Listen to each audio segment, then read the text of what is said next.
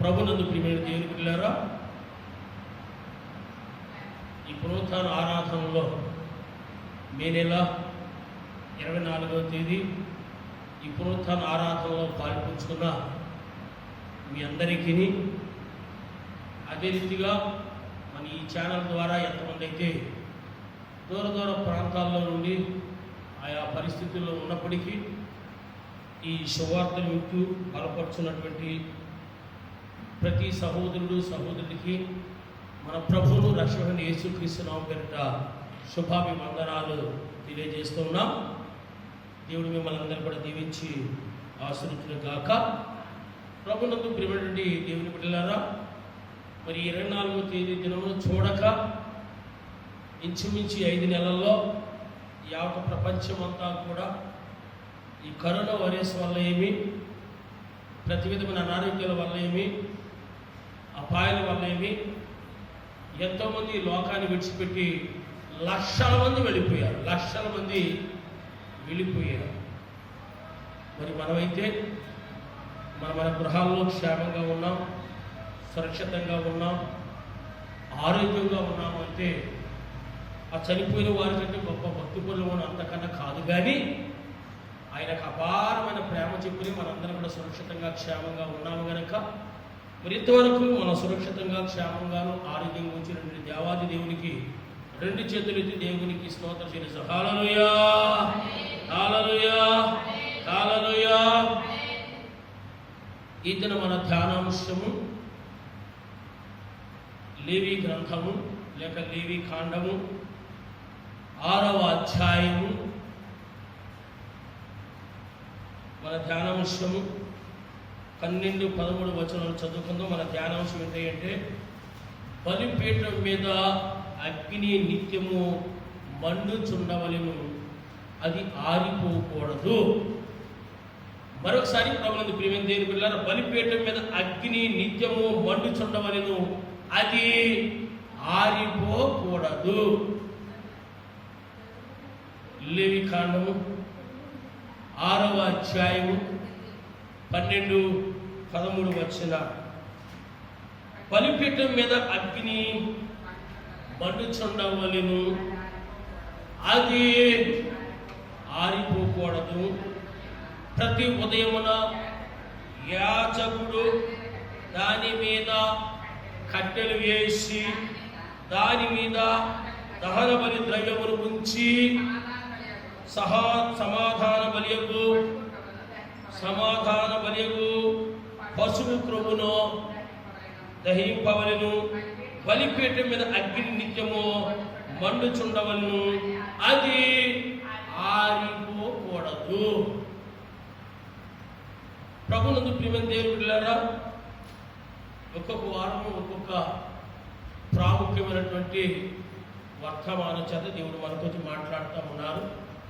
గడిచినటువంటి సండే 131వ దావీదు కీర్తన నుంచి 3 వచనాలతోటి దేవుడు మనతోటి మాట్లాడాడు. ఎంతో శ్రేష్టకరమైన ఇశ్రాయేలు ఇది మొదలుకొని నిత్యము యెహోవా మీదనే ఆశ పెట్టు. మనం ఎవరెవరి మీద ఆశ పెట్టుకుంటాం కదా, సహాయం చేస్తారని. ఎవరి మీద ఆశ పెట్టుకోమన్నాడంటే ఆయన దీవించి ఆశీర్వించి మరి హెచ్చించే దేవుని అందే మనం ఆశ పెట్టుకోవాలని గడిచిన సండే దేవుడు మనతో మాట్లాడాడు. ప్రభునందు ప్రియమైన దేవుని సంఘమా, ఈ వారం మరొక శ్రేష్టమైన వర్తమానం ద్వారా దేవుడు మనతో మాట్లాడాలని ఉద్దేశం కలిగి ఉన్నాడు. బలిపీఠం మీద అగ్ని మండుచుండవలెను, అది ఆరిపోకూడదు. ప్రతి ఉదయం యాజకుడు దాని మీద కట్టెలు వేసి దాని మీద దహన బలి ద్రవ్యమును ఉంచి సమాధాన బలియగు పశువు క్రొవ్వును దహింపవలెను. బలిపీఠం మీద అగ్ని నిత్యము మండుచుండవలెను, అది ఆరిపోకూడదు. అసలు బలిపీఠం అంటే ఏంటి? బలిపీఠం అంటే ఏంటి కదండి? అసలు బలిపీఠం అంటే మరణించు స్థలము అని అర్థం. ఏం తెలుసండి? మరణించు స్థలం లేక యెహోవాకు ఇంపైన సువాసనగా హోమము అర్పించు స్థలము. యెహోవాకు ఏంటి ఇంపైన సువాసనగా హోమము అర్పించే స్థలాన్నే ఏమంటారంటే బలిపీఠం అంటారు. ప్రభునందు ప్రియమైన దేవుని బిడ్డలారా, పాత నిబంధన గ్రంథంలో మనం చూసినట్లయితే మన పితరులైనటువంటి నోవహు, అబ్రహాము, ఇస్సాకు, యాకోబులు ఏం చేశారంటే బలిపీఠాలు కట్టి బలులు అర్పించి దేవుణ్ణి ఆరాధించారు. దేవునికి స్తోత్రం చెల్లిస్తారు. హల్లెలూయా. ఆ దినములో మందిరాలు లేవు కదా, సహవాసాలు లేవు కదా, ఆరాధన స్థలాలు ప్రత్యక్షంగా ఉడానటువంటి ఏమీ లేవు కదా. వారు ఏం చేశారంటే వారు బలిపీఠాలు కట్టారు. పవిత్రమైనటువంటి పశువులు వాటి మీద అర్పించేవారు. అర్పించి ఏం చేసేవారంటే దేవుణ్ణి ఆరాధించేవారు. ఒక వాక్యాన్ని మీకు అర్థమవటం కొరకు నేను చదివి వినిపించాలని నేను ఆశిస్తా ఉన్నాను. ఆదికాండం 8వ అధ్యాయం. ఆదికాండం 8వ అధ్యాయం 20వ వచనం 21వ వచనం మనం చూసినట్లయితే, ప్రభువుని ప్రియమైన దేవుని సంఘమా, అప్పుడు నోవహు యెహోవాకు బలిపీఠము కట్టి పవిత్ర పశువులన్నిటిలోను పవిత్ర పక్షులన్నిటిలోను కొన్ని తీసుకుని ఆ బలిపీఠం మీద దహన బలి అర్పించెను. అప్పుడు యెహోవా ఇంపైన సువాసనను ఆగ్రానించి ఇక మీదట నరులను బట్టి భూమిని మరలా శపింపను.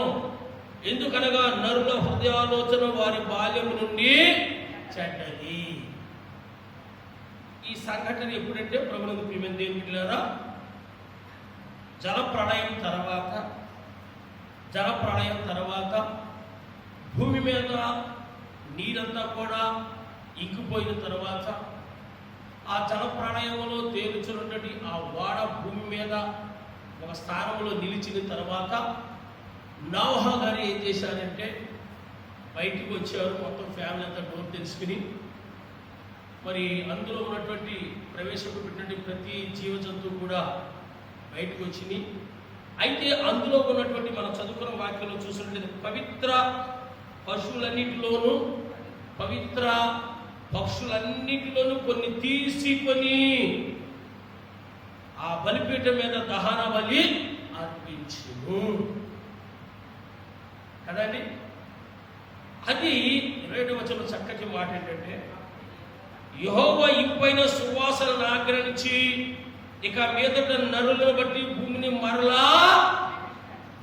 ఆ హోమము దేవునికి ఎంతో చెప్పండి ఇష్టమైనది గాను అదో ఎంతో శ్రేష్టమైనటువంటి సువాసన కలిగినటువంటి హోమము గాను దేవుడు దాన్ని అంగీకరించి ఈ నోవహు గారు ఇచ్చినటువంటి ఈ బలిని బట్టి దేవుడు ఎంతగానో ప్రశంసించి ఈ హోమమును బట్టి ఈ నైవేద్యాన్ని బట్టి ఈ బలిని బట్టి దేవుడు ఎంతో సంతోషించి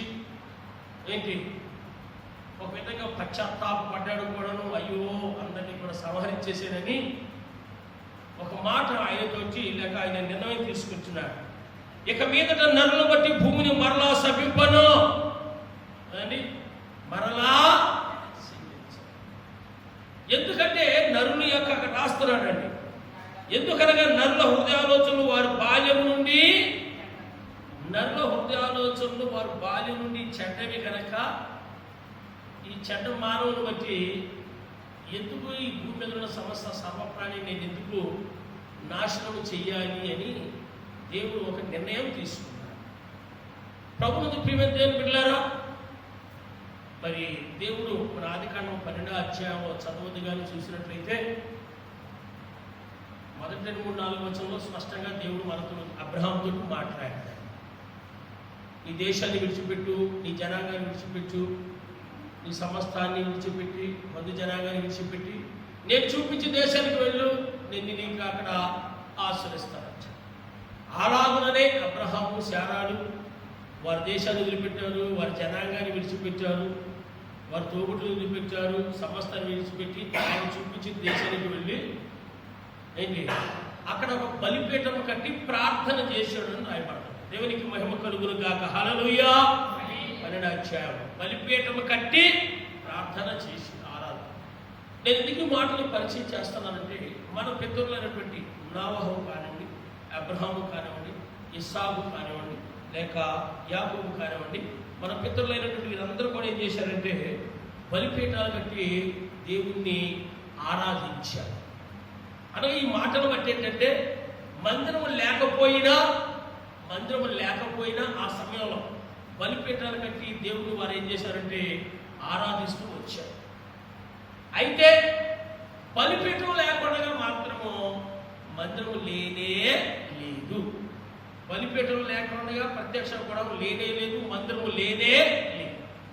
మందిరము లేకుండా బలిపీఠాన్ని కట్టి ఆరాధించవచ్చు, కానీ బలిపీఠం లేకుండా మాత్రం మందిరము లేనే లేదు.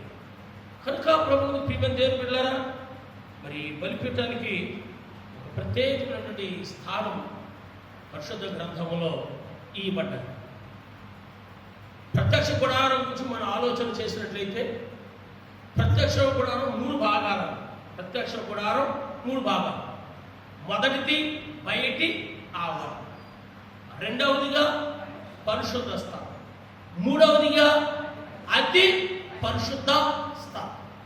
ఈ బయట ఆవరణ చుట్టూ ఏంటైతే నేటి దినాల్లో మనము ప్రహరీ గోడలు కంపౌండ్ వాళ్ళు కట్టుకుని మెయిన్ గేట్ ఎలా పడుతున్నామో అదే రీతిగా ఆ దినాల్లో బయట ఆవరణ చుట్టూ సన్నని నార తెరలతో తయారు చేసింది చుట్టూరు ఏం చేశారంటే కట్టేవారు. కచ్చి ఒక ప్రవేశ ద్వారాన్ని ఉంచేవారు.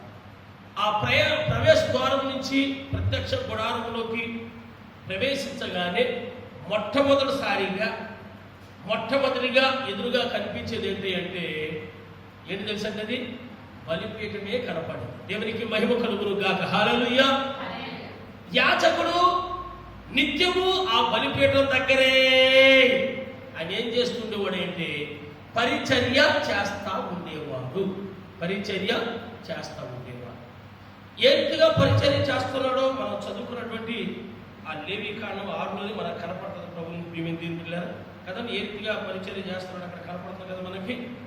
అతడు కట్టెలను, దహన బలిని, ప్రభువును అర్పించి ఆయన ఏం చేసేవాడంటే ఆయన మరి అక్కడ పరిచర్య చేస్తూ ఉండేవాడు. చక్కటి మాట. ప్రతి ఉదయమున యాజకుడు దాని మీద కట్టెలు వేసి దాని మీద దహన బలి ద్రవ్యమును ఉంచి సమాధాన బలియగు పశువు క్రొవ్వును దహింపవలెను. బలిపీఠం మీద అగ్ని నిత్యము మండుచుండవలెను. దేవునికి స్తోత్రం కలుగును గాక. హల్లెలూయా. హల్లెలూయా. బలిపీఠము నిత్యము ఏంటండి మండుచుండాలి. అది ఆరిపోకూడదు. నిత్యము మండుచుండాలి. యెషయా గ్రంథం 6వ అధ్యాయంలో మనకు ఒక మాట కనపడతాయి. ఏంటంటే 6 రెక్కలు కలిగినటువంటి శరాపులు నిత్యము ఏం చేస్తాయంటే యెహోవా పరిశుద్ధుడు అని ప్రతిగానాల ద్వారా స్తుతిస్తూ వచ్చే ఆత్మవశుడై ప్రవక్త అయినటువంటి యెషయా గారిని చూస్తూ, అయ్యో నేను అపవిత్రమైనటువంటి పెదవులు గలవాడనే అని ఆయన ఎంతో తాను దుఃఖపడుతూ ఉంటే ప్రభువుని ప్రియమైన పిల్లరా ఆ శరాపులోంచి ఒక శరాపు వచ్చి ఆ మండుచున్నటువంటి బలిపీఠములో నుంచి కారుతోటి అగ్నిని తీసి ఏం చేస్తుందంటే ప్రవక్త గారి యొక్క పెదవులను ఏం చేస్తుందంటే అది కాల్స్తారు, తగిలిస్తారు. తగిలించేమంటుందంటే ఇదిగో ఇప్పుడు నీ పెదవులు పవిత్రమయ్యాయి అంటే. దేవునికి స్తోత్రం కలుగు గాక. హల్లెలూయా. హల్లెలూయా. ఇంకా మన ప్రకటన గ్రంథంలో మనం చూసినట్లయితే బలిపీఠం గురించి అనేక మాటలు మనకి కనిపిస్తూ వచ్చాయి. అయితే బలిపీఠము కొత్త నిబంధనలోకి వచ్చినట్లయితే యేసయ్య బలిగాను అర్పణగాను చేసుకున్నటువంటి ఆ శిలువకు కూడా సాదృశ్యంగా ఉంటారు. ఎందుకంటే ఇశ్రాయేలీయులు పాపం చేసినప్పుడు వారు ఏం చేసేవారు అంటే బలిపశువులు తీసుకుని వచ్చేవారు. బలిపశువులు తీసుకుని వచ్చినప్పుడు యాజకుడు దగ్గరికి తీసుకుని రాగా ఈ యొక్క ఎవరైతే పాపం చేసి బలి పశువు తీసుకుని వచ్చాడో తన యొక్క ఆ పశువు తల మీద ఉంచేవాడు తన చేతులు. తర్వాత యాజకుడు ఏం చేశాడంటే దాన్ని వధించి తన యొక్క అనగా ఆ యొక్క బలిపశు యొక్క రక్తాన్ని బలిపీఠం కింద ప్రోక్షించి ఆ యొక్క బలిపశు యొక్క ఆ క్రొవ్వుని ఏం చేశాడంటే బలిపీఠం మీద ఆయన అర్పించేవాడు. దేవునికి మహిమ కలుగును గాక. హల్లెలూయా. ఇలాగున్న ధర్మశాస్త్రం బోధిస్తాము పాత నిబంధన ప్రకారం. కొత్త నిబంధన ప్రకారంగా యేసు ప్రభువారు ఈ సర్వమానవుల యొక్క పాపల విషయమై తను తాను బలిగాను అర్పణగాను ఆ కలువరి గిరిలో ఆ శిలువ మీద ఏం చేశాడంటే తను తాను బలిగాను అర్పణగాను చేస్తున్నాడు. ఈ శిలువ ఒక విధంగా మనం చూసినట్లయితే బలిపీఠానికి సాదృశ్యంగా ఉండాలి. ఆ బలిపీఠమైనటువంటి ఆ శిలువలోనే యేసయ్య ఏం చేశాడంటే ఈ సర్వమానవాళి పాపం విషయమై తను తాను ఏం చేశాడు తెలుసండి, బలిగాను అర్పణగాను చేసుకున్నాడు. దేవునికి మహిమ కలుగును గాక. హల్లెలూయా, హల్లెలూయా. దేవుని వాక్యం సెలవిస్తుంది, ప్రభువుని ప్రియమైన దేవుని సంఘమా, బలిపీఠము నిత్యము మండుచుండాలి, అది ఆరిపోకూడదు. క్రొత్త నిబంధనలో మనం చూసినట్లయితే ప్రభువుని ప్రియమైన దేవుని బిడ్డలారా, ఈ యొక్క బలిపీఠము మానవుని యొక్క హృదయాలకి సాదృశ్యంగా ఉంటారు. ఈ బలిపీఠం ఆరిపోకుండా ఉండడం కొరకు యాజకుడు ఏం చేస్తున్నాడని రాయబడ్డదంటే ఏం చేస్తున్నాడు తెలుసండి, ఉదయమే వచ్చి కట్టెల్ని వేస్తా ఉన్నాడు. రెండవదిగా వచ్చి ఏం చేస్తున్నాడు ఏంటండి, రెండవది వచ్చి ఏం చేస్తున్నాడు, దహన బలి ద్రవ్యాన్ని ఉంచుతున్నాడు. మూడవది ఏం చేస్తా ఉన్నాడు, సమాధాన బలుగు పశువు కొవ్వుని దాని మీద దహిస్తా ఉన్నాడు. అది ఆరిపోకుండా ఉండకూడదు. ప్రభునందు ప్రియమైన దేవుని బిడ్డలారా, ఏ రీతిగా అయితే ఈ బలిపీఠం ఆరిపోకుండా యాజకుడు అనునిత్యము ఆ బలిపీఠం మీద కట్టెలను దహన బలి ద్రవ్యను సమాధాన బలి పశువు యొక్క ప్రభువును ఉంచుతూ ఉన్నాడు. నేటి విశ్వాసులుగా మన బలిపీఠాలు ఆరిపోకుండా ఉండాలి అంటే ఈ యొక్క బలిపీఠాలు మానవుని యొక్క లేక విశ్వాసుల యొక్క హృదయాలకి సాదృశ్యంగా ఉంటుంది కనుక ఈ ఆత్మదీపాలు ఆరిపోకుండా ఉండాలంటే ప్రతి ఒక్కరూ కూడా వ్యక్తిగతంగా వారి యొక్క ఆత్మదీపం విషయమై చింత కలిగి దేవుని నామంలో స్తుతులు, స్తోత్రాలు, ప్రార్థనలు, యాచనలు, అదే రీతిగా ఎవరికి వారే బైబిల్ చదువుతూ తన ఆత్మదీప విషయంలో చింత కలిగి ప్రతి ఒక్కరూ కూడా తన యొక్క బలిపీఠాన్ని నిత్యము ఏం చేయాలంటే మండించుకుంటూ ఉండాలి. దేవునికి స్తోత్రం కలుగుగాక. హల్లెలూయా. ఎందుకంటే దేవుని యొక్క ఆజ్ఞ బలిపీఠము నిత్యము మండుచుండాలి, అది ఆరిపోకూడదు. మరి ఆరిపోకుండా ఉండడం కొరకు యాజకుడు ఏం చేస్తున్నాడు, కట్టెలు వేస్తూ ఉన్నాడు. ఇప్పుడైతే రకరకాల స్టవ్స్ వచ్చేసినాయి, ఇండక్షన్ స్టవ్లని, కరెంట్ కుక్కర్లని, గ్యాస్ స్టవ్లు ఎప్పుడు వచ్చినాయి అనుకోండి, మనం వాటిల్లో వంటలు చేసుకుంటున్నాం.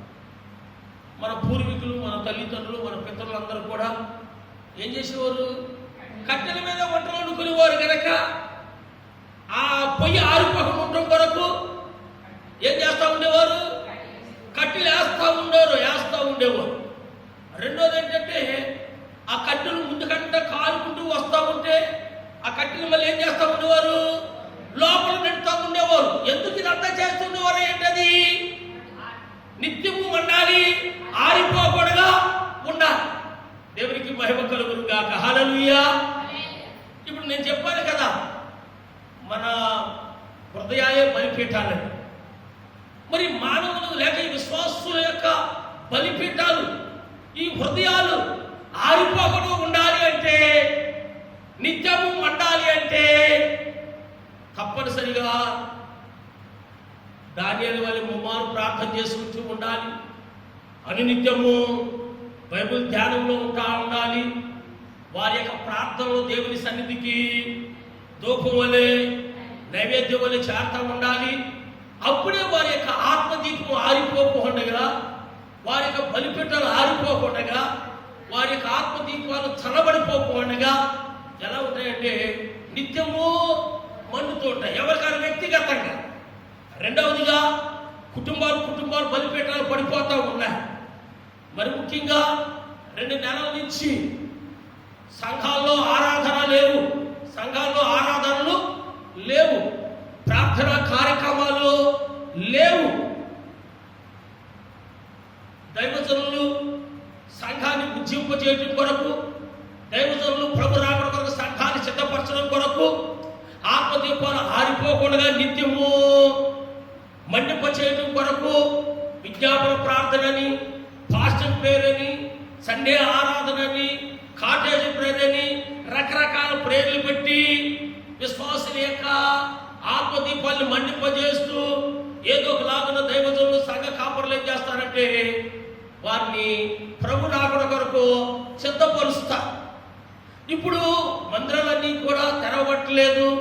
ప్రతి విశ్వాసి కూడా తన బలిపీఠము పడిపోకుండా ఉండాలి అంటే, వారి బలిపీఠాలు ఆరిపోకుండా ఉండాలి అంటే, వారు నిత్యము మండుచు ఉండాలి అంటే ఎవరికి వారు ఏం చేయాలంటే చెప్పండి, ప్రార్థనలు, స్తుతులు, స్తోత్రాలు, బైబిల్ ధ్యానములో దేవునికి ఎల్లప్పుడూ కూడా సన్నిధిని అనుభవిస్తూ ఉంటే వారి ఆత్మీయ జీవితాలు చల్లబడిపోకుండా, వారి ఆత్మీయ దీపాలు ఆరిపోకుండా వాళ్ళు మండుతూ ఉంటారు. దేవునికి మహిమ కలుగును గాక. హల్లెలూయా, హల్లెలూయా.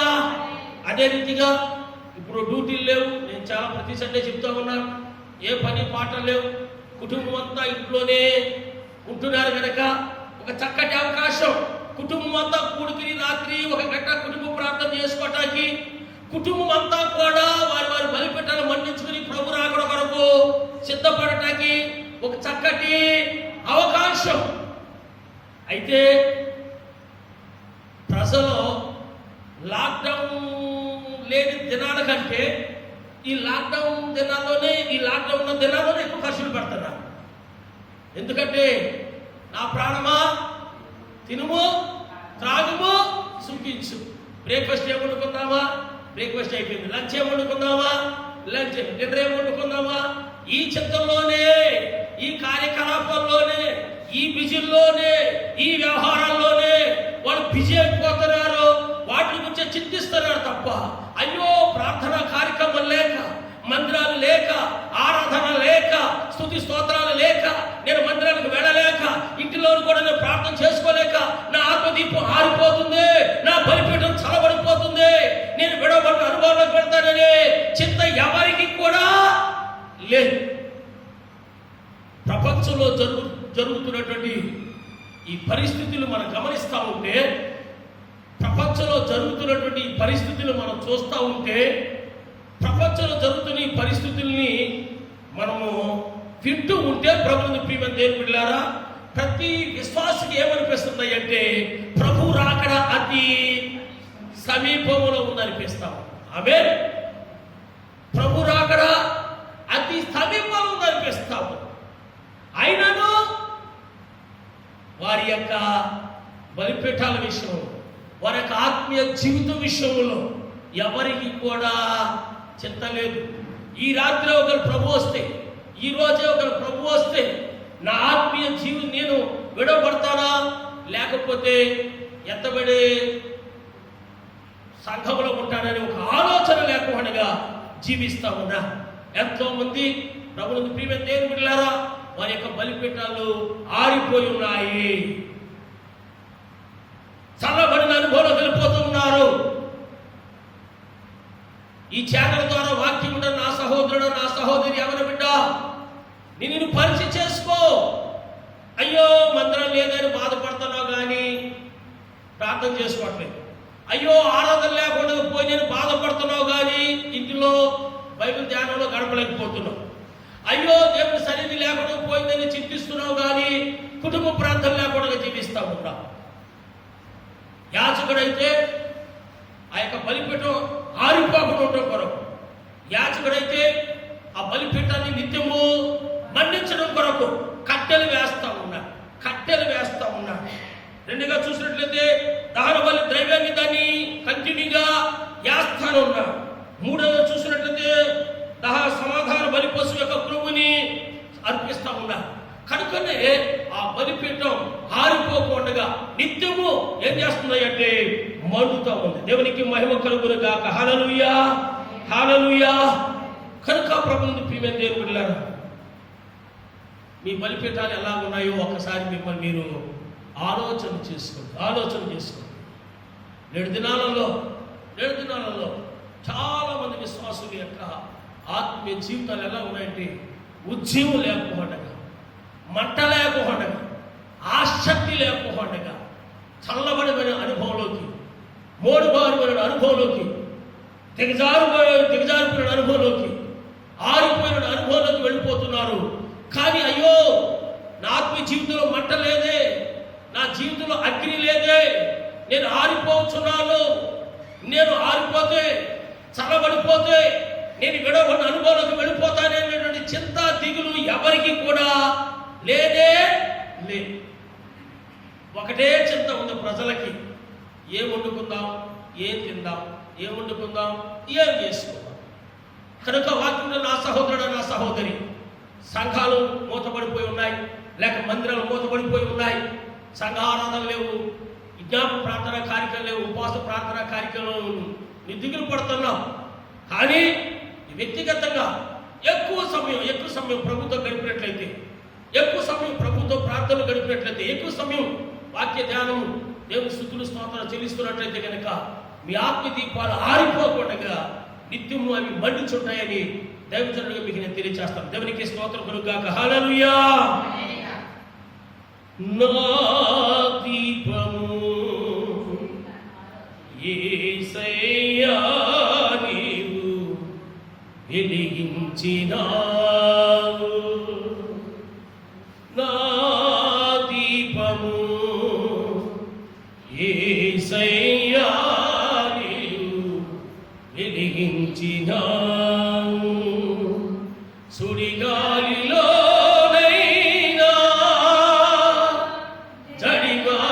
జడివానలోనైనా ఆరిపోదులే నీవు వెలిగించిన దీపము, నీవు వెలిగించిన దీపము, నీవు వెలిగించిన దీపము, నీవు వెలిగించిన దీపము, నీవు వెలిగించిన దీపము, నీవు వెలిగించిన దీపము. మొదటి రాజుల గ్రంథము 18వ అధ్యాయంలో, మొదటి రాజుల గ్రంథం 18వ అధ్యాయము 30 నుంచి 33 వరకు మనం చూసుకున్నట్లయితే చక్కటి మాటలు మనకు కనపడతాయి. అందులో ఒక 18వ అధ్యాయంలో అంతా కూడా దేవుని యొక్క అగ్ని ఏ రీతిగా దిగి వచ్చిందో అని మనకు కనపడతాం. సార్, దైవజనుడు ఏలీ గారు 400 బయలు ప్రవక్తలకి అవకాశం ఇచ్చాడు. ఇది ఇక్కడ 2 ఎద్దులు ఉన్నాయి, మీకు ఇష్టమైన ఎద్దుని ఎన్నుకోండి, కట్టెలు పేర్చండి, ఆ కట్టెల మీద ఈ ఎద్దుని బలిగా అర్పించి లేక వధించి పేర్చి మీ ఇష్టదైవం పేరిట ప్రార్థన చేసుకోండి. ఒకవేళ అగ్ని దిగి వచ్చి దహిస్తే గనక మీ దేవతే నిజమైన దేవుడు అని, లేకపోతే నేను బలి అర్పిస్తాను. ఒకవేళ మా దేవుడు దిగి వచ్చి దహిస్తే గనక మా దేవుడే నిజమైన దేవుడు. ఇశ్రాయేలులారా, ఎంతవరకు మీరు 2 తలంపుల మధ్యలో మీరు ఉంటారు అని దైవజనుడు చెప్పినప్పుడు వారందరికీ కూడా చాలా ఈ నిర్ణయం మంచిగా అనిపించింది కనుక 18వ అధ్యాయం మీరు చదువుకోండి. మంచిగా అనిపించింది కనుక ప్రభువుకు ప్రియమైన దేవుని బిడ్డలారా, ఆ బయలు ప్రవక్తలు మొదటిగా ఏలియా గారు అంటారు, మీరు ఎక్కువ మంది ఉన్నారు కనుక మీరే మొదట ప్రారంభం చేయండి అన్నప్పుడు వారు ఎద్దుని తీసుకున్నారు, కట్టెలు పేర్చారు, వధించారు. వారి యొక్క దేవత పేరును బట్టి వారు ఏం చేస్తూ వచ్చారంటే వారు రకవిధాలుగా ఆహ్వానిస్తూ వచ్చారు. కానీ ఆ బయలు దిగి రాలేదు, అగ్ని దిగి రాలేదు, ఆ బలు పశువు దహించలేదు, కట్టెలు కూడా దహించి వేయలేదు. అనగా అక్కడ ఏ కార్యం కూడా జరగలేదు. సాయంకాలం అయిపోయింది, వారి సమయం అయిపోయింది. ప్రభువుకు ప్రియమైన దేవుని బిడ్డలారా, ఇప్పుడు జీవగల దేవుని సేవకుడైనటువంటి ఏలియా గారు ఎంతో దుఃఖంతో ఎంతో వేదనతో ప్రభువుకు ప్రియమైన దేవుని బిడ్డలారా సాయంకాల నైవేద్యం అర్పించే సమయమున ఆ 30వ వచనం 31వ వచనం ఎంత చక్కగా వ్రాయబడి ఉంటుందండి 18వ అధ్యాయంలో. అదండి 30వ వచనంలో, అప్పుడు ఏలియా నా యొద్దకు రండని జనులందరితో చెప్పగా, అదండి జనులందరూ అతని యొద్దకు వచ్చిరి. అతడు కింద పడద్రోయబడి ఉన్న యెహోవా బలిపీఠమును బాగు చేసి, అక్కడ ఏం రాయబడి ఉన్నదంటే కింద పడవేయబడి ఉన్న యెహోవా బలిపీఠాన్ని బాగు చేశాడు. ఇశ్రాయేలు దేశం, ఇశ్రాయేలులందరూ కూడా దేవుణ్ణే, జీవగల దేవుణ్ణే ఆరాధించాలి. ఈ ఇశ్రాయేలు దేశానికి రాజు ఎవరంటే ఆహాబు చక్రవర్తి. ఆయన ఏం చేశారు, అన్యురాలైనటువంటి యెజెబెలుని ఆయన వివాహం చేసుకున్నాడు, భార్యగా చేసుకున్నాడు. ఆవిడ బట్టి ఆ దేశం అంతా కూడా ఏమైపోయిందంటే విగ్రహారాధనతో కూడుకున్నటువంటి దేశం అయిపోయింది. కనుకనే దేవునికి చాలా దుఃఖం కలిగింది, బాధ కలిగింది. ప్రభువుని ప్రియమైన దేవుని బిడ్డలారా, గడిచిన 2-3 వారాల క్రితం మనం ధ్యానం చేసుకున్నాం కదా, తిష్బీయుడని ఏలియా ఆహాబు ఎదుట నిలబడి 17వ అధ్యాయం రాములు మనకు కనబడతాడు. ఎవరి సన్నిధిలో నేను నిలబడి ఉన్నానో ఆ యెహోవా జీవముతోడు నా మాట ప్రకారం కాక ఈ సంవత్సరము వర్షమైనను మంచైనను కురవనే. ఎందుకు ఆ దేశంలో వర్షము మంచు పడలేదు? 3.5 సంవత్సరాల వరకు దేవుడు ఆ దేశాన్ని ఎందుకు అలాగున భూమి మీద వర్షింపకుండా, పశువులకు పచ్చిక లేకుండా, మానవులకు ఆహారం లేకుండా ఎందుకు శిక్షించాడో మనం ఆలోచన చేస్తే, ఇశ్రాయేలు దేశం అంతా కూడా విగ్రహారాధన అయిపోయింది కనుక దేవుడు ఎంతో బాధపడి ఎంతో దుఃఖపడి వారికి బుద్ధి చెప్పడం కొరకు అలాగున వారిని శిక్షించాడు. మనకు తెలిసిన విషయం. వారు సరే బయలుదేవతలు వాళ్ళు పూజించినా, బయలుదేవతలకు వాళ్ళు గుళ్ళు కట్టినా, ఆ దేశంలో విగ్రహారాధన చేసుకుంటూ కొనసాగిస్తున్నా సరే వారు ఆ రీతిగా చేస్తూ ఉండవచ్చు. కానీ వాళ్ళు దేవునికి దుఃఖకరం ఇంకో విషయం ఏం చేసేవారంటే, దేవుని యొక్క బలిపీఠాన్ని కూడా వాళ్ళు ఏం చేశారంటే పడగొట్టేశారు, కూల్చివేశారు, పాడు చేసేసారు. ఇప్పుడు గడిచినటువంటి వారంలో నేను చెప్పాను కదా, 3.5 సంవత్సరాలు వర్షం కురవడం గల కారణం ఏంటంటే వారందరూ కూడా విగ్రహారాధనలు అయిపోయారు కనుకనే వాళ్ళు బుద్ధి చెప్పడం కొరకు చేశాడు. నేను గడిచిన 3-4 వారాల క్రితం కూడా నేను చెప్పాను. ఇప్పుడు ప్రపంచమంతా కూడా ఈ వైరస్ వ్యాప్తి చెందడం గల కారణం కూడా ఏంటంటే ఏంటో తెలుసా? అమెరికా క్రైస్తవ దేశం కదా, ఇటలీ క్రైస్తవ దేశం కదా, ఫ్రాన్స్ క్రైస్తవ దేశం కదా, లేదా బ్రిటన్ క్రైస్తవ దేశం కదా, ఇవన్నీ క్రైస్తవ దేశాలు కదా. దేవుడు ఎందుకు ఆలోచిస్తున్నారు? రకరకాల ఆలోచనలు మానవునికి వెళతా ఉంటాయి. ఈ క్రైస్తవ దేశాలన్నింటిలో కూడా ఇప్పుడు ఏం జరుగుతుందంటే క్రైస్తత్వం లేదు, క్రైస్తత్వము లేదన్నమాట. క్రైస్తత్వం లేదు. సండే వచ్చిందంటే క్లబ్బులు పబ్బులకు వెళ్తున్నారు తప్ప మందిరాలకి వెళ్ళటల్లా. ఇతరులు గొప్ప గొప్ప సేవకులు ఆ ప్రాంతాల్లో లేచారు. గొప్ప ఉద్యమం ఆ ప్రాంతంలో రగులు కనపడబడింది. ఆ దైవజనుల యొక్క సేవ, దైవజనుల యొక్క ఆశీర్వాదాలను బట్టి ఆయా ప్రాంతాలను, ఆయా దేశాలను దేవుడు ఏం చేశాడంటే ఆశీర్వదించేశాడు. వారి యొక్క సంతానం ఇప్పుడు ఏం చేశారంటే, జీవగల దేవుడు వాళ్ళందరూ కూడా ఏం చేశారంటే విడిచిపెట్టేసి మందిరాలకు వెళ్ళకూడగా ఏంటి శనివారం ఆదరుతో క్లబ్బులు పబ్బులంటూ తిరుగుతూ పురుషుడు స్త్రీ అంటూ ఏంటి తారతమ్యం లేకుండా ఏంటి సుధమోగమన్న ప్రజల వల్లే జీవిస్తూ వస్తున్నారు కనుకనే నా ఆలోచన ఏంటంటే వీళ్ళకి బుద్ధి చెప్పడం కొరకే దేవుడు ఈ వైరస్ను అనుమతించాడేమో అనుకుంటున్నాను. ఆమేన్, హల్లెలూయా.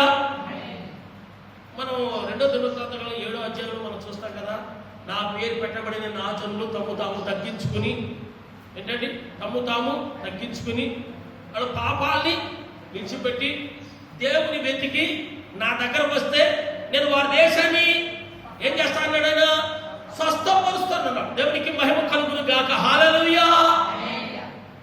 ఈ ప్రజలు ఇప్పుడైనా సరే, మన ధ్యానం ఏంటంటే ఇప్పుడైనా సరే కదండి ఏంటి ఈ ఉపవాసము, ఇప్పుడైనా సరే ఈ ప్రజలు ఉపవాసం ఉండి పశ్చాత్తాపడి పాపాల్లో ఒప్పుకొని దేవా నేను పాపనేది దేవుని దగ్గరకు వస్తే ఆ నినేవ పట్టణ ప్రజలు ఏ రీతిగా అయితే దేవుని దగ్గరకు వచ్చాడు, ఆయన నిర్ణయం వెనక్కి తీసుకున్నాడు, అలాగనే దేవుడు ఆ నిర్ణయాన్ని వెనక్కి తీసుకుంటాడు. తెల్లవారికి ప్రపంచమంతా కూడా ఈ వైరస్ తొలగిపోతుంది. దేవునికి మహిమ కలుగును గాక. దేవునికి అసాధ్యమైనది కలదండి, లేదు. ప్రభుని ప్రియమైన దేవుని పిల్లారా, ఈ ఇశ్రాయేలు బుద్ధి చెప్పడం కూడా దేవుడు అదే చేశాడు. వాళ్ళు ఇంకా భయంకర కార్యం ఏం చేశారంటే, జీవగల దేవుని యొక్క యెహోవా బలిపీఠాలు కూడా వాళ్ళు ఏం చేశారంటే పడదోసేశారు. ఏంటి క్రైస్తవులు కూడా ఏంటి దేవుడి భయం లేకుండా, భక్తి లేకుండా, ఫ్యాషన్ ముసుగులో అపవిత్రతలు పడిపోయి, పాపంలో పడిపోయి, రకరకాల కార్యకలాపాలలో చిక్కుకుని వాళ్ళు ఏం చేస్తారంటే వారి యొక్క బలిపీఠాలని పాడు చేసుకుంటున్నారు. అనగా వారి యొక్క హృదయాన్ని వాళ్ళు ఏం చేస్తున్నారంటే పాడు చేసుకుంటున్నారు. వాక్యం నా సహోదరుడు, నా సహోదరి, ఒకవేళ నీ బలిపీఠం పడిపోయి ఉన్నదని, నీ బలిపీఠం పాడైపోయి ఉన్నదని, నీ బలిపీఠము లేక పాపంతో నిండిపోయి ఉన్నది, దేవునికి అగ్ని మంట అందులో ఏమాత్రం లేదని నువ్వు గుర్తెరిగి పశ్చాత్తాపంతో దేవుని దగ్గరికి వస్తే కనుక ఆయన మరలా నిన్ను వెలిగిస్తాడు, నీ జీవితాన్ని ప్రకాశింపచేస్తాడు. దేవునికి మహిమ కలుగును గాక, హల్లెలూయా, హల్లెలూయా. ఆరని దీపమై దీప్యమానమై నా హృదయ కోవెలపై దీపాల తోరణమై, ఆరని దీపమై దీప్యమానమై నా హృదయ కోవెలపై దీపాల తోరణమై చేసాగు పండుగా వెలిగావు నిండుగా, చేసావు పండుగా వెలిగావు నిండుగా, నా దీపము యేసయ్యా నీవు వెలిగించినావు. సుడిగాలిలోనైనా జడివానలోనైనా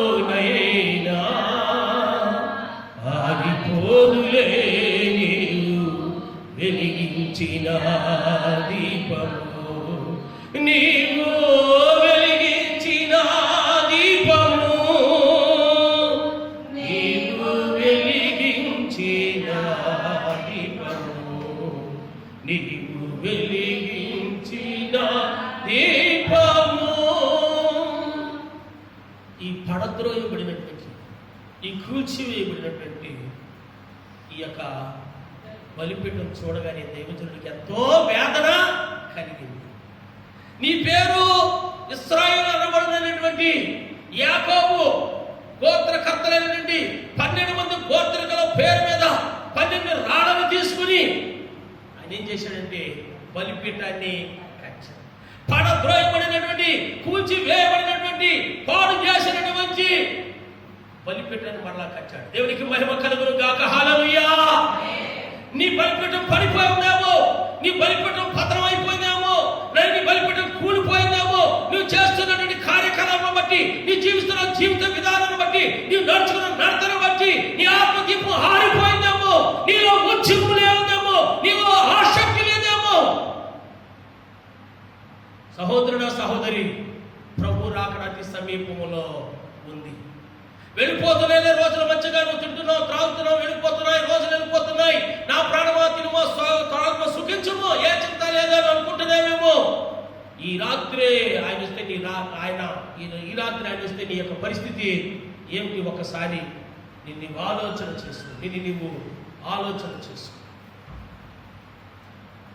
బలిపీఠం కట్టాడు, కట్టెలు పేర్చాడు, ఎద్దును వధించాడు, నీళ్లతోటి చుట్టూరు కందకం తవ్వమన్నాడు. నీళ్లతోటి ఏమన్నాడంటే ఆ బలిపీఠాన్ని లేక ఆ పశువు మాంసాన్ని నీళ్లతోటి నింపమన్నాడు. కందకం నిండిపోయేలా నింపమన్నాడు.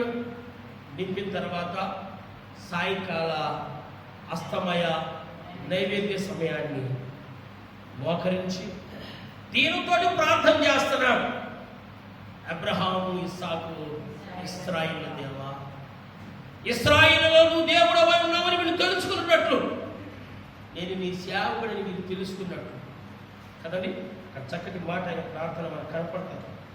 36వ వచనం, అస్తమయ నైవేద్యం అర్పించే సమయంలో ప్రవక్తకి ఏలియా దగ్గరకు వచ్చి ఇలాగూ ప్రార్థన చేసిన యెహోవా, అబ్రహాం, ఇస్సాకు, ఇశ్రాయేలు దేవా, ఇశ్రాయేలు మధ్య నీవు దేవుడవై ఉన్నావని, నేను నీ సేవకుడవై ఉన్నాను. ఈ దినమున ఈ కార్యములు నీ సెలవు చేత చేసి నీవు ఈ దినమున కనపరచు. యెహోవా నా ప్రార్థన ఆలకించుము. యెహోవా నీవే దేవుడవై ఉన్నావని, నీవు వారి హృదయములో నీ తట్టుకు తిరిగి చేయదువని ఈ జనులకు తెలియనట్లుగా నా ప్రార్థన అంగీకరించు. అతను ఇలాగ ప్రార్థన చేయుచుండగా యెహోవా అగ్ని దిగి దహనబలి పశువును, కట్టెను, రాళ్లను, ఉప్పిని దహించి కందకముందున నీళ్లను ఆరిపోజేసను. దేవునికి స్తోత్రం చెల్లించు. హల్లెలూయా. ఒక చిన్న ప్రార్థన చేశాడు. యెహోవా దేవుడవై ఉన్నావని తెలుసుకున్నాను, నీ చిత్త ప్రకారంగా నేను ఇవన్నీ చేస్తానని తెలుసుకున్నాను, నీ సేవకుడు నేనై ఉన్నాయని తెలుసుకున్న రీతిగా నీవి కార్యం చేయను ఆయనని ప్రభు నామములో ప్రార్థన చేస్తే యెహోవా అగ్ని దిగి వచ్చి ఏం చేసింది అంటే ఆ బలిపశు మాంసాన్ని, ఆ కట్టెల్ని, ఆ బలిపెట్టని మొత్తానంతా కూడా దహించి వేసి బుక్ చేసినట్టు చూస్తున్నాం. దేవునికి స్తోత్రం కలుగు గాక. హల్లెలూయా. ఎప్పుడు అగ్ని దిగి వచ్చింది? ఎప్పుడు అగ్ని దిగి వచ్చింది? పడద్రోయబడినటువంటి బలిపీఠాన్ని బాగు చేసింది. ఇప్పుడు ఏం చేసింది? అగ్ని దిగి వచ్చింది. మన హృదయంలో ద్వేషం, మన హృదయంలో అసూయ, మన హృదయంలో పాపం, మన హృదయంలో కక్షలు, మన హృదయంలో మిగతాలు, సర్వ శరీర కార్యాలన్నింటిలో కూడా ఇష్టమైన జీవితాన్ని జీవిస్తూ ప్రభువా అగ్ని మండించు, అగ్ని మండించు, అగ్ని మండించు కదండి. కార్యం చేయి. పడద్రోయబడినటువంటి, కూల్చివేయబడినటువంటి, పాడైనటువంటి బలిపీఠాలని మనం ఏం చేయాలి తెలుసా అండి? బాగు చేసుకోండి. దేవునికి మహిమ కలుగును గాక. హల్లెలూయా. ఈ వాక్యాన్ని వింటున్న నా సహోదరుడా, నా సహోదరి, నీ బలిపీఠం పడిపోయినట్టుంటే గనక, నీ ఆత్మదీపం ఆరిపోయినట్టుంటే గనక, నువ్వు తలబడిపోయిన అనుభవంలో వెళ్ళిపోతుంటే గనక, ప్రార్థన లేక ఇప్పుడైనా సరే సమయం మించిపోయిందేమీ లేదు. దేవుని వాక్యం చదివిస్తా ఉంది, ఆత్మను ఆర్పడి కదండి. ఆత్మను ఆయన ఆర్పడు, నీవు ఆర్పుతో వరదప్ప. ఆయన ఆర్పడం, ఆయన వెలిగించిన దీపాన్ని ఆయన ఆర్పడం, నీవు ఆర్పుతో వరదప్ప. కనుక ప్రియమైనటువంటి దేవుని సంఘమా, ఎప్పుడైతే మరి దైవజనుడు ఏలీ గారు బలిపీఠాన్ని బాగు చేసి బలి అర్పించి ప్రార్థన చేశాడు, అక్కడ అగ్ని దిగి వచ్చింది. దేవునికి మహిమ కలుగును గాక. హల్లెలూయా. మనం ఆరాధించుకునే దేవుడు దహించు అగ్ని అయి ఉన్నాడు, దహించు అగ్ని అయి ఉన్నాడు కనుక చివరి దినాల్లో మనము ఆయన పరిశుద్ధాత్మ అగ్ని చేత మనము మండింపబడాలి. ఆయన పరిశుద్ధాత్మ వెలుగులో మనం వెలుగుతూ ఉండాలి. నేటి చివరి దినాల్లో అనేక మంది విశ్వాసుల యొక్క బలిపీఠాలు మంటలు లేవు, అనగా ఆసక్తి లేదు, ఆసక్తి లేదు, ఉద్యమం లేదు, ప్రార్థన చేసుకోవాలని ఆసక్తి లేదు, బైబిల్ చదువుకోవాలని ఆసక్తి లేదు, మందిరాలు మూతపడకముందే మందిరాలు రావాలని ఆసక్తి ఉండేదే కాదు. అటువంటి వారికి చాలా సంతోషం. ఎవరిని అడిగినా కానీ సాకు చెప్పక్కర్లేకుండా మందిరాలు మూతపడి ఉన్నాయి కదండి. కనుక చివరి దినాల్లో ఉన్న నా సహోదరుడు, నా సహోదరి, మీ ఆత్మీయ జీవితాలు ఎలా ఉన్నాయో ఒకసారి మిమ్మల్ని మీరు ఆలోచన చేసుకోండి. యావత్ ప్రపంచం అంతా కూడా లాక్డౌన్ ఉంది, మందిరాలు అయితే మూతపడి ఉన్నాయి. అయినప్పటికీ దైవజనులు అనేక మంది టీవీల్లోనూ ఇలాగా యూట్యూబ్ ఛానల్ ద్వారా శ్రేష్టమైన వర్తమానాలు అందిస్తూ ఉన్నారు. 24 గంటలు మనం వినలేము, ఏంటి ఏవో పనులు ఉంటాయి కనుక వాటిని వింటూ ఉండొచ్చు. సమయం దొరికినప్పుడల్లా కూడా వాక్యం చదువుకుంటూ ఎక్కువగా మనం ప్రార్థన చేసుకుంటూ మన ప్రార్థన రూపం ఆయన సన్నిధికి ఏంటి చేయనట్లయితే కనుక మన ఆత్మ దీపాలు ఎలా ఉంటాయంటే అవి వెలుగుతూ ఉంటాయి. అయితే ఏంటంటే నువ్వు ఎక్కడైతే పడిపోయావు అక్కడే నెత్తుకోవాలి. నా వాచి లేక నా సెల్ ఫోన్ ఇక్కడ పడిపోయింది, నేను ఇక్కడ నెత్తుకుంటే నాకు దొరుకుతుంది తప్ప బయటకి గేట్లో దొరకదు కదా అని. అంటే నువ్వు ఎక్కడ పడిపోతున్నావు అక్కడ అంతలు అంటారు కదా కదండి. నువ్వు ఎక్కడైతే పడిపోతున్నావో అది జ్ఞాపకం చేసుకో, మరలా మొదటి స్థితికి నువ్వు రా. మరి ఈ యొక్క కార్యక్రమాలు ఆరాధన లేవు కనుక ఇళ్ళ దగ్గరే ఉండి ప్రార్థన చేసుకోకుండా, ఇళ్ళ దగ్గరే ఉండి బైబిల్ చదువుకోకుండా, ఇళ్ళ దగ్గరే ఉండి దేవుని స్తుతులు స్తోత్రాలు చెల్లించుకోకుండా మీ జీవితాలు ఆరిపోతుంటే కనుక సమయాన్ని సద్వినియోగం చేసుకోండి. నేను లేటెస్ట్ ప్రారంభం మెసేజ్ ఇవ్వడం జరిగింది కదండి. సమయమును సద్వినియోగము చేసుకోండి, అజ్ఞానులే కాక జ్ఞానం కలిగి నడుచుకోండి. దేవుని వాక్యం ద్వారా మనతో మాట్లాడుతున్నాను.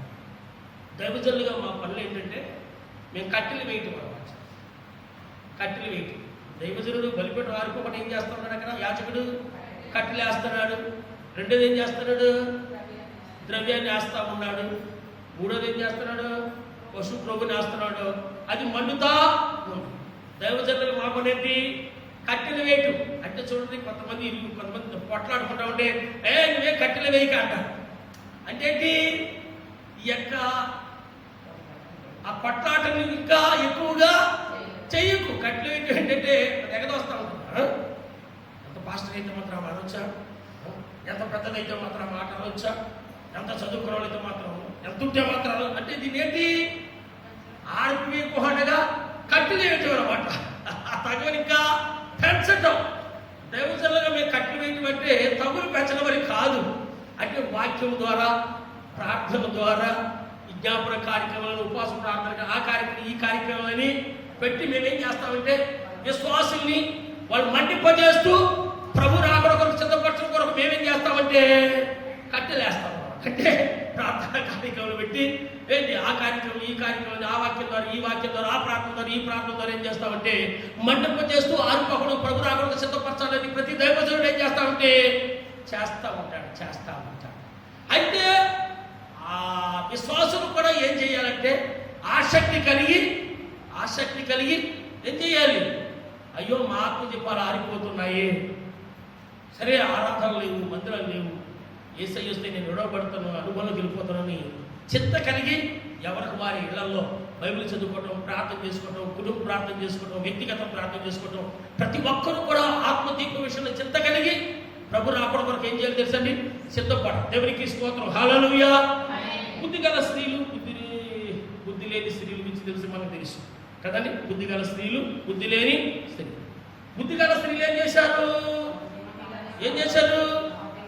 వారి యొక్క దివిటలను ఆరిపోకుండా ఏంటి ఎప్పుడు కూడా ఎలా ఉన్నారు వాళ్ళు, దీపాలు వెలిగించుకుంటూ పెళ్లి కుమారు రాకడ కొరకే ఏం చేశారంటే వాళ్ళు దివిటీలు వెలిగించుకుని సిద్ధపాటు కలిగి జీవించారు. బుద్ధి లేని వాళ్ళు ఏం చేశారు, వచ్చా చూద్దాంలే ఎంతసేపు కదండి, ఒక్కరికి వేస్తాంలే, అర్ధరాత్రి కదా ఒక స్వరం, ఇదిగో పెళ్లి కుమారుడు వస్తాం. ఎవరైతే సిద్ధపాటు కలిగి ఉన్నారో మరి ఏం చేశారు, ఎదురుపాటకి వెళ్ళిపోయారు. ఈలోగా వీళ్ళు చదువుకుంటున్నారు, మా కొద్ది వండి అంటున్నారు కదండి. మీకు మాకు ఇది సరిపోదు, అమ్మవారి దగ్గరికి వెళ్ళి మీరు కొనుక్కోండి. వీళ్ళు వెళ్ళొచ్చినప్పుడు తలుపు వేయబడ్డది. అయ్యా అయ్యా మా తప్పే ఉందండి, మందిరం మూతపడ్డాయి కదా, మా తప్పే ఉందండి, ఆరాధన లేవు కదా, మా తప్పే ఉందండి, ప్రార్థన చేసుకోవడానికి అవకాశాలు లేవు కదా అని, ఓ నా ప్రాణమా తినుము త్రాగుము సుఖించుము. బ్రేక్ఫాస్ట్ ఏం చేసుకున్నాం, లంచ్ ఏం చేసుకున్నాం, టెన్షన్ ఇదే అయిపోయింది. డిన్నర్ ఏం చేసుకున్నాం, ప్రార్థన గోలిమార్ కౌం దేకా, ఏంటో బైబిల్ కూడా గోలిమార్ కౌం దేకేగా. ఆ రీతిగా ఉంది జీవితం. ఓ నా ప్రాణమా తినుము త్రాగుము సుఖించు సుఖించు. ప్రభా ఇందులో మా పొరపడదు, మందిరాలు మూతపడ్డాయి, వాక్యం లేదు, ఉపవాసం లేదు, అది లేదు ఇది లేదు, నీ మందిరం కింద మేము మండిపోవడం వల్ల, నీ మందిరం కింద ప్రార్థన చేసుకునే వాళ్ళు, నీ మందిరం చేసుకుని చూసుకోవడం ఏం చేసింది, ఇంటి దగ్గర ఆ గదిలో కింద ప్రాణ డిస్టర్బెన్స్, ఇక్కడికి వెళ్ళి ప్రార్థన చేసుకుని సెల్ ఫోన్ డిస్టర్బెన్స్, ఏంటి ఇంట్లోనూ పనులు ఒక టెన్షన్. ఎప్పుడు ప్రార్థన చేసుకునేది? ఇందులో మా పొరపాటు ఏముంది కదండి. దేవుడు ఏమన్నా తెలుసా? బుద్ధి లేని వాళ్ళు, హక్యమైన వాళ్ళు, మీ కొరకు సిద్ధపరిచినటువంటి నరకాకినికి. కనుక దేవుడు మనకిచ్చిన కొద్ది సమయాన్ని కూడా మనం ఏం చేయాలంటే సద్వినియోగము చేసుకో, సద్వినియోగం చేసుకో. ఆత్మదీపం ఆరిపోతుందేమో, ఆత్మదీపం చలబడిపోతుందేమో, నువ్వు ఒకవేళ గడవబడినటువంటి అనుభవంలోకి నువ్వు వెళ్ళిపోతున్నావేమో. కనుక పడిపోయినటువంటి, కూల్చివేయబడినటువంటి, పాడైపోయినటువంటి నీ బలిపీఠాన్ని మరలా ఏం చేయాలి తెలుసండి? బాగు చేసుకో. నువ్వు ఎక్కడైతే పడిపోయావో ఒకసారి ఆలోచన చేసి, ప్రభువా చూపులు తలంపులు క్రియలు ఆలోచనలు మాటలు రకరకాల పరిపాటలు నేను పడిపోయాను తండ్రి, ఇదిగో నేను మళ్ళీ నేను కట్టుకుంటున్నాను తండ్రి, నాయన నన్ను క్షమించు, నన్ను బాగు చేయి, నన్ను సరి చేయి, దేవా నేను పాపని నా దగ్గరికి రా. ఆయన మళ్ళా తన అగ్ని ద్వారా ఏం చేస్తారు తెలుసండి? ఏలియా గారు అలాగూ చేయగా అగ్ని దిగి వచ్చి ఏం చేసిందండి? మండించినట్టు చూస్తాం. దేవునికి స్తోత్రం, హల్లెలూయా. చివర్తనలో ఉన్నటువంటి ప్రతి విశ్వాసి కూడా ఆయన అగ్ని చేత మండిపోబడచ్చు. ఆత్మ దీపాలు వెలిగించుకుని ప్రభు రాకడ కొరకు సిద్ధపడ. మన వాక్యదానం ముగింపులో పక్క ప్రభుని లేవి కాండం 6:12 చక్కటి మాటల ద్వారా మనతోటి మాట్లాడుతూ ఉన్నాయి. బలిపీఠం మీద అగ్ని, బలిపీఠం మీద అగ్ని మండుచుండవలెను, అది ఆరిపోకూడదు. ప్రతి ఉదయమున యాజకుడు దాని మీద కట్టెలు వేసి దాని మీద దహన బలి ద్రవ్యమును ఉంచి సమాధాన బలి యొక్క పశువు ప్రభును దహింపవలెను. బలిపీఠం మీద అగ్ని నిత్యము మండుచు, అది